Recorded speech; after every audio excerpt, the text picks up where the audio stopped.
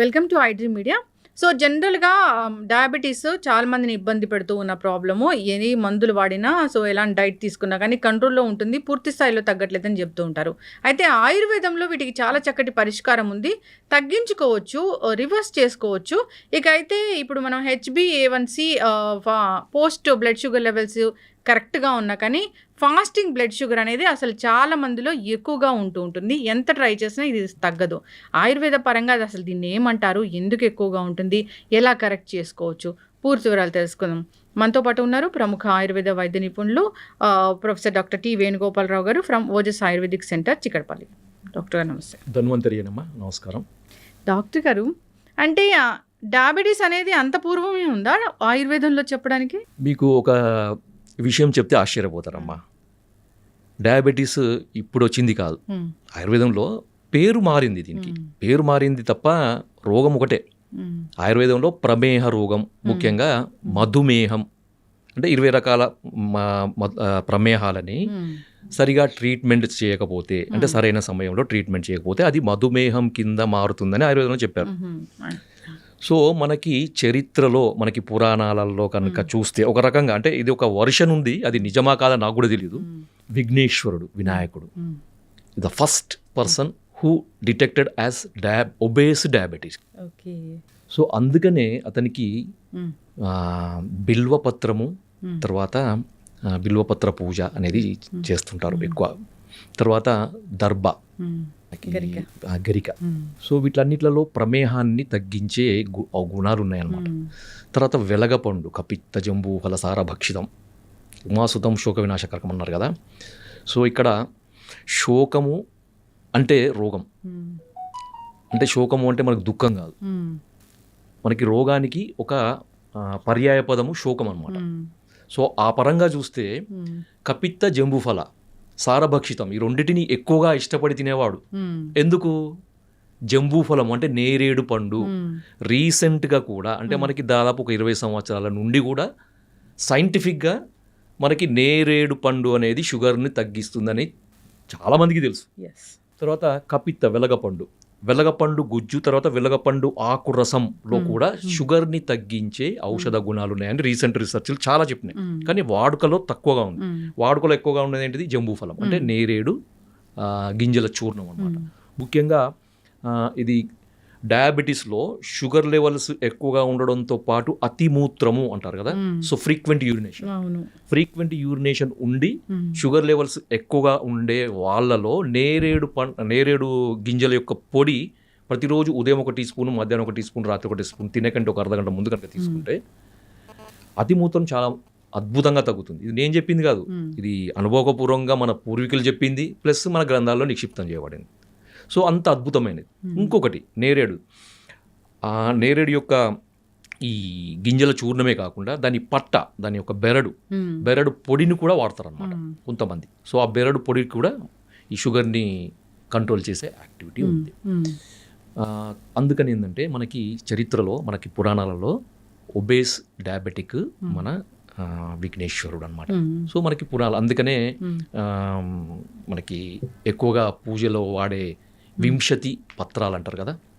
20 పత్రాలు, మనకి 20 పత్ర పూజ మనకు వినాయక చవితి నాడు మనం చేస్తుంటాం. దాంట్లో అర్జున పత్రము, దతుర పత్రము, బిల్వ పత్రము, తర్వాత అర్కపత్రం అని, నిర్గుండి, వేప, ఇలాంటివన్నీ కూడా మనకు చెప్పారనమాట. సో ఇది పెద్ద టాపిక్, దానికి ఒక్కొక్క దానికి ఒక్కొక్క ఇంపార్టెన్స్, అది మనం తర్వాత చెప్పుకోవచ్చు. మనం ఎక్కువగా ఇప్పుడు చూడాల్సింది ఏంటంటే, మీరు అడిగారు కదా ఫాస్టింగ్ బ్లడ్ షుగర్ లెవెల్స్ ఎక్కువ ఉన్న వాళ్ళలో ఏం చేయాలి మరి కదా. సో అలోపతి పరంగా చూస్తే దీనికి రకరకాల కారణాలు వాళ్ళు చెప్తారు. ఎందుకంటే రాత్రిపూట ఎక్కువగా కార్బోహైడ్రేట్స్ ఎక్కువగా ఉండే ఆహార పదార్థాలు తీసుకోవడము, లేదంటే డాన్ ఫినామినా, తర్వాత సోమ్గాయ్ ఫినామినా అని 2 రకాలు చెప్పారు. అది డీటెయిల్గా నేను పోను వాటికి. కానీ ఆయుర్వేద పరంగా ఏం చెప్పారంటే ఒక రకమైన అజీర్ణము దీనికి కారణము అని ఆయుర్వేదంలో చెప్పారనమాట, ఫాస్టింగ్ బ్లడ్ షుగర్ లెవెల్ పెరగడానికి.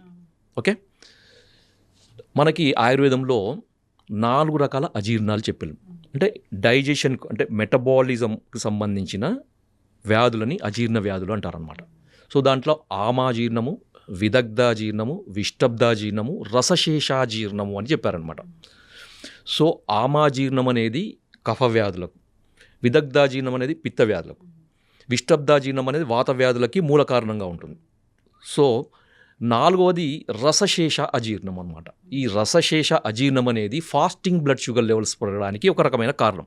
సో ఇది ఆయుర్వేద గ్రంథాల్లో చెప్పినప్పటికీ అది ఒక అంటే పూర్తిగా దాన్ని వివరంగా చెప్పలేదన్నమాట, ఒక సంక్షిప్తంగా చెప్పారు. దాన్ని డీకోడ్ చేయాల్సిన అవసరం ఉంటుంది. సో మా ఎక్స్పీరియన్స్లో మా ఒక టీమ్ ఆఫ్ ఆయుర్వేదిక్ డాక్టర్స్, ఒక సీనియర్ డాక్టర్స్ దీన్ని డీకోడ్ చేసినప్పుడు మనకు అర్థమైందనమాట. సో వేల మంది, దాదాపు రోజుకి ఒక 100 నుంచి 150 మంది డయాబెటిక్ పేషెంట్ని చూసే ఆయుర్వేద వైద్యులు ఉన్నారు మా టీంలో. సో వాళ్ళందరి యొక్క అనుభవంతో, ఏండ్ల ఎత్తరబడి ఉన్న అనుభవంతో, వాళ్ళకున్న హిస్టరీని మనం పూర్తిగా దాన్ని మనము అనలైజ్ చేసినప్పుడు అర్థమైంది ఏంటంటే వాళ్ళందరిలో కామన్గా కనబడే, అంటే ఫాస్టింగ్ బ్లడ్ షుగర్ లెవెల్స్ ఎక్కువగా ఉండే పేషెంట్స్లో కామన్గా కనబడే ఒక ప్రాబ్లము అజీర్ణం. దాంట్లో ఒకటి రసశేషాజీర్ణం. సో ఈ రసశేషాజీర్ణాన్ని కరెక్షన్ చేసినప్పుడు మనము ఫాస్టింగ్ బ్లడ్ షుగర్ లెవెల్స్కి అడిషనల్గా షుగర్ను తగ్గించాల్సిన మందులు వాడే అవసరం లేకుండానే కేవలం మనకి ఇండైరెక్ట్గా ఈ అజీర్ణం తగ్గిస్తే ఆటోమేటిక్గా తగ్గిపోతుంది. సో ఇది ఆయుర్వేదంలో ఉన్న ఒక అద్భుతమైన విశేషం అన్నమాట. ఎస్. సో మనకి రసశేషాజీర్ణం అనేది ఫాస్టింగ్ బ్లడ్ షుగర్ లెవెల్స్ పెరగడానికి నార్మల్గా ఎంత మందులు వాడినా కానీ, ఎంత ప్రయత్నాలు చేసినా కానీ, అది ఆహారం ద్వారా కానీ, మందుల ద్వారా కానీ, ఎక్సర్సైజ్ ద్వారా కానీ ఎన్ని ప్రయత్నాలు చేసినా కానీ తగ్గదు. డాక్టర్లకే ఇంకా విసుగెత్తుతుంది అనమాట, ఏం చేయాలో అర్థం కాదు. చాలామంది నేను చూశాను. సో వాళ్ళ దగ్గర నుంచి ఎటువంటి రెస్పాన్స్ రాక ఆయుర్వేదానికి వచ్చే పేషెంట్స్ చాలామంది ఉంటారు. సార్ మాకు అంతా బాగానే ఉంది, మేము మందులు వాడుతున్నాం, పోస్ట్ లంచ్ బాగానే ఉంది, ఇంత అన్ని బాగానే ఉంటాయి, కానీ ఫాస్టింగ్ బ్లడ్ షుగర్స్ తగ్గకపోవడం వల్ల మాకు దాని యొక్క దుష్ప్రభావాలు కనబడుతున్నాయి సార్. కొంతమందికి 160, 170 వరకు ఉంటాయి. ఎందుకంటే ఫాస్టింగ్ బ్లడ్ షుగర్ లెవెల్స్ 100 వరకు ఉంటే సేఫ్, 125 వరకు ఉంటే మోడరేట్ సేఫ్, 100 ఉంటే పూర్తి సేఫ్, 125 వరకు ఉంటే ఇంకా మోడరేట్ సేఫ్ అనమాట.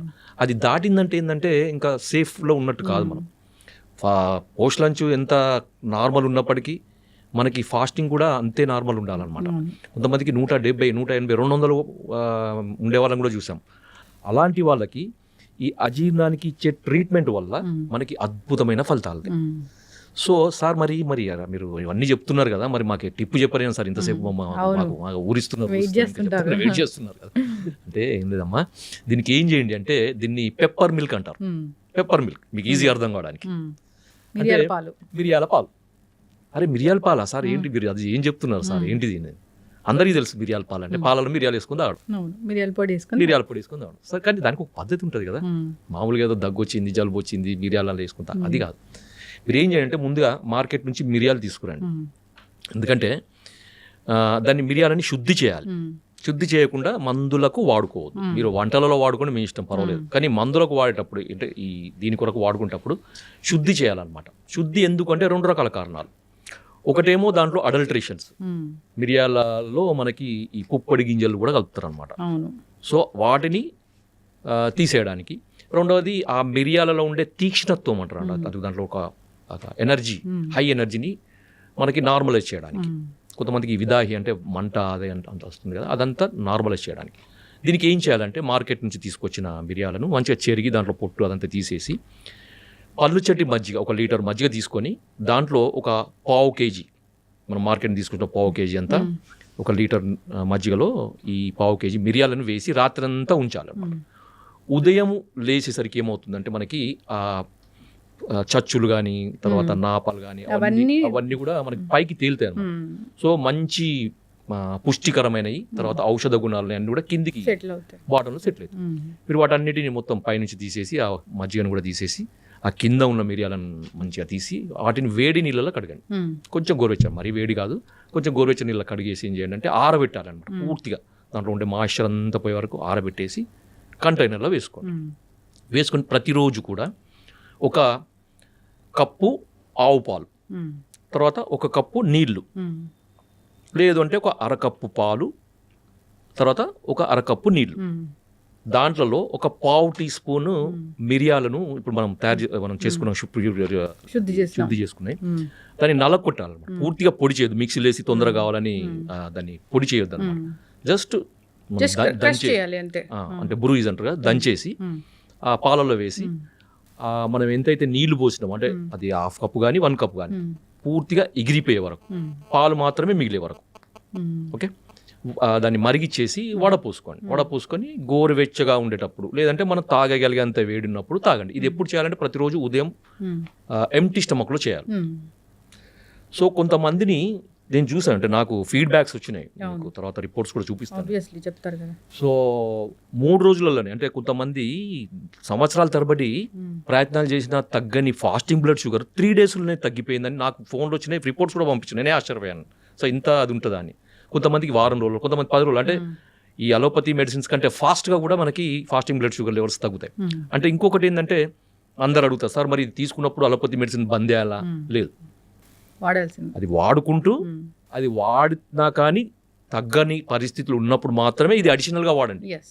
కానీ పూర్తిగా అది మానేసి వాడకూడదు. బాగా చెప్పారు డాక్టర్ గారు. చాలా మంది అయితే అవి మానేయండి, వాడండి అంటారు. అవి మానేయండి, అలోపతి మందులు మానేయండి అనగానే సో కాంప్లికేషన్స్ వచ్చి ఇబ్బంది పడిన సందర్భాలు మనం చాలా ఉంటాయి. అది అంటే ఒక డేంజర్ పరిస్థితి. ఎందుకంటే మనకి ఇప్పుడు చూడండి, సింపుల్, ఇప్పుడు ఒక మనకి స్టేటస్, మనకి బాడీలో ఒక సమతుల్యత అనేది మందుల వల్ల ఇట్లా మెయింటైన్ అయింది. ఒక 3 పిల్లర్స్ ఉన్నాయి అనుకోండి, 3 మెడిసిన్స్ మీద సపోర్ట్ మీద ఉంది మనది. సో ఆ 3 మెడిసిన్స్ ఒకటిసారి తీస్తే ఏమవుతుంది?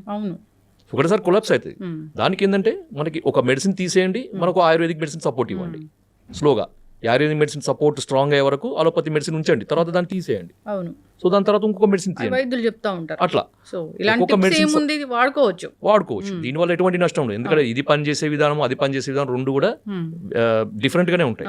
కాబట్టి దీనికి దానికి ఎటువంటి కాంట్రాస్ట్ ఉండదు, ఇబ్బందులు ఉండవు, ఖచ్చితంగా వాడుకోవచ్చు, ఏం ప్రాబ్లం ఉండదు. చాలా చక్కగా చెప్పారు డాక్టర్ గారు. అంటే ఇది ఎందుకు వస్తుంది అంటే రూట్ కాజ్ చాలా చక్కగా చెప్పారు. మరి దాన్ని కరెక్ట్ చేయాలంటే టిప్స్ ఉన్నాయి. సో అది ఫుడ్డే. ఇప్పుడు మిరియాల పాలు అంటే ఆ పాలని ఎట్లా తయారు చేసుకోవాలనేది కూడా చాలా చక్కగా చెప్పారు. ఆ మిరియాలు తెచ్చుకోవాలి, మజ్జిగలో నానబెట్టుకోవాలి.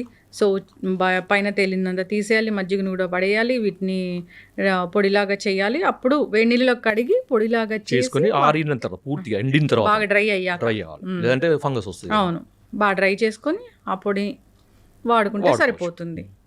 చాలా మంచి సింపుల్. ఎందుకంటే మనకి రసశేషాజీర్ణాన్ని తగ్గించగలిగే ఔషధ విలువలు ఉన్నది మనకి ఈ మిరియాలు అనమాట. మిరియాల పాలు, అది ఆయుర్వేద గ్రంథాల్లో ఉంది. పెప్పర్ మిల్క్ అంటారా? Pepper milk. సో ఇది ఎట్లా చెప్పారంటే, ఇది రసధాతువుని సరైన క్రమంలో సరిగ్గా తయారయ్యేటట్టు చేస్తుంది అని ఆయుర్వేద గ్రంథాల్లో చెప్పారనమాట. అంటే రసధాతువు అజీర్ణము, అంటే మెటబాలిజం, రసధాతు యొక్క మెటబాలిజం సరిగా కానప్పుడే అది ఫాస్టింగ్ బ్లడ్ షుగర్ పెరగడానికి కారణమవుతుంది. ఇది చాలా సైంటిఫిక్గా చాలా ఎక్స్ప్లెయిన్ చేయొచ్చు. ఇంకొకటి తర్వాత సార్ ఇంకా కొంచెం వీటికి అడిషనల్గా ఇంకేమైనా మెడిసిన్స్ ఉంటాయా? ఇది కాకుండా ఇంకా ఉంటాయి అంటే ఉంటాయి. సో దాంట్లో మనకి ఈ అజీర్ణానికి సంబంధించిన మందులు ఆయుర్వేదంలో చాలా ఉన్నాయి. చాలా అంటే చాలా ఉన్నాయి. అదొక పెద్ద చాప్టరే మనకి ఆయుర్వేదంలో చాలా ఎక్స్ప్లెనేషన్ చెప్పినాడు. ఎందుకంటే సకల రోగాలకి మూల కారణము అజీర్ణమే. అశీతివాత రోగాలకి విష్టబ్దాజీర్ణం అని చెప్పాం కదా. సో వాత రోగాలకి విష్టబ్దాజీర్ణము.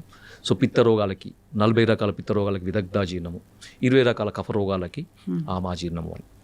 సో ఇది అజీర్ణం అనేది పెద్ద చాప్టర్, దానికి రకరకాల మందులు ఉన్నాయి. ఇప్పుడు మనకి రసశేషాజీర్ణం కానీ ఇతర రకాల అజీర్ణాలు కానీ వాటికి ఒక అద్భుతమైన ఆయుర్వేదంలో మనకి బసవరాజ్యం అనే గ్రంథంలో ఒక మంచి మందు చెప్పారు.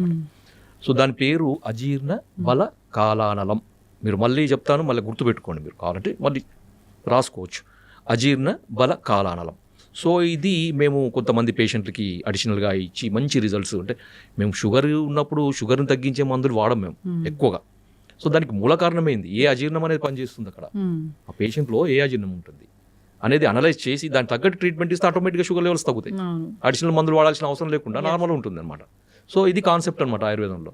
అంతే తప్ప షుగర్ పెరిగింది, షుగర్ తగ్గించే మందులు వాడండి, ఇది ఎప్పుడు లైఫ్ లాంగ్ ఇట్లా ఉంటుంది. ఈ షుగర్ తగ్గడానికి ఆయుర్వేదం మందులు ఎందుకు, అలోపతి మందులు కూడా ఉన్నాయి కదా, ఇన్సులిన్ కూడా ఉంది కదా. చక్కటి ఇన్ఫర్మేషన్ డాక్టర్ గారు. ఇబ్బంది పడుతున్న వాళ్ళు కాంటాక్ట్ చేయాలని కోరుకున్నామండి. సో అంతేకాదు దీన్ని వాడుకోవచ్చు, చాలా వెరీ సింపుల్. ఇది ఈ పెప్పర్ మిల్క్ తయారు చేసి తీసుకోవడం కూడా ప్రతిరోజు తీసుకున్నారు. డయాబెటీస్ ఉందా లేదా, ఫాస్టింగ్ బ్లడ్ షుగర్ పెరిగిందా అది కాదు, ఎట్లయినా మామూలుగా కూడా తీసుకోవచ్చు. మామూలుగా నాన్ డయాబెటిక్ వాళ్ళు కూడా తీసుకోవచ్చు, మేము ప్రాబ్లమ్ లేదు. షుగర్ ఉన్న వాళ్ళే తీసుకోవాలని ఏం లేదు. అవును, ఇది జీర్ణానికి సంబంధించిన ఇష్యూని క్లియర్ చేస్తుంది కాబట్టి చక్కటి ఇన్ఫర్మేషన్ అండి. ధన్యవాదాలు. ధన్యవాదాలు. జై ధన్వంతరి.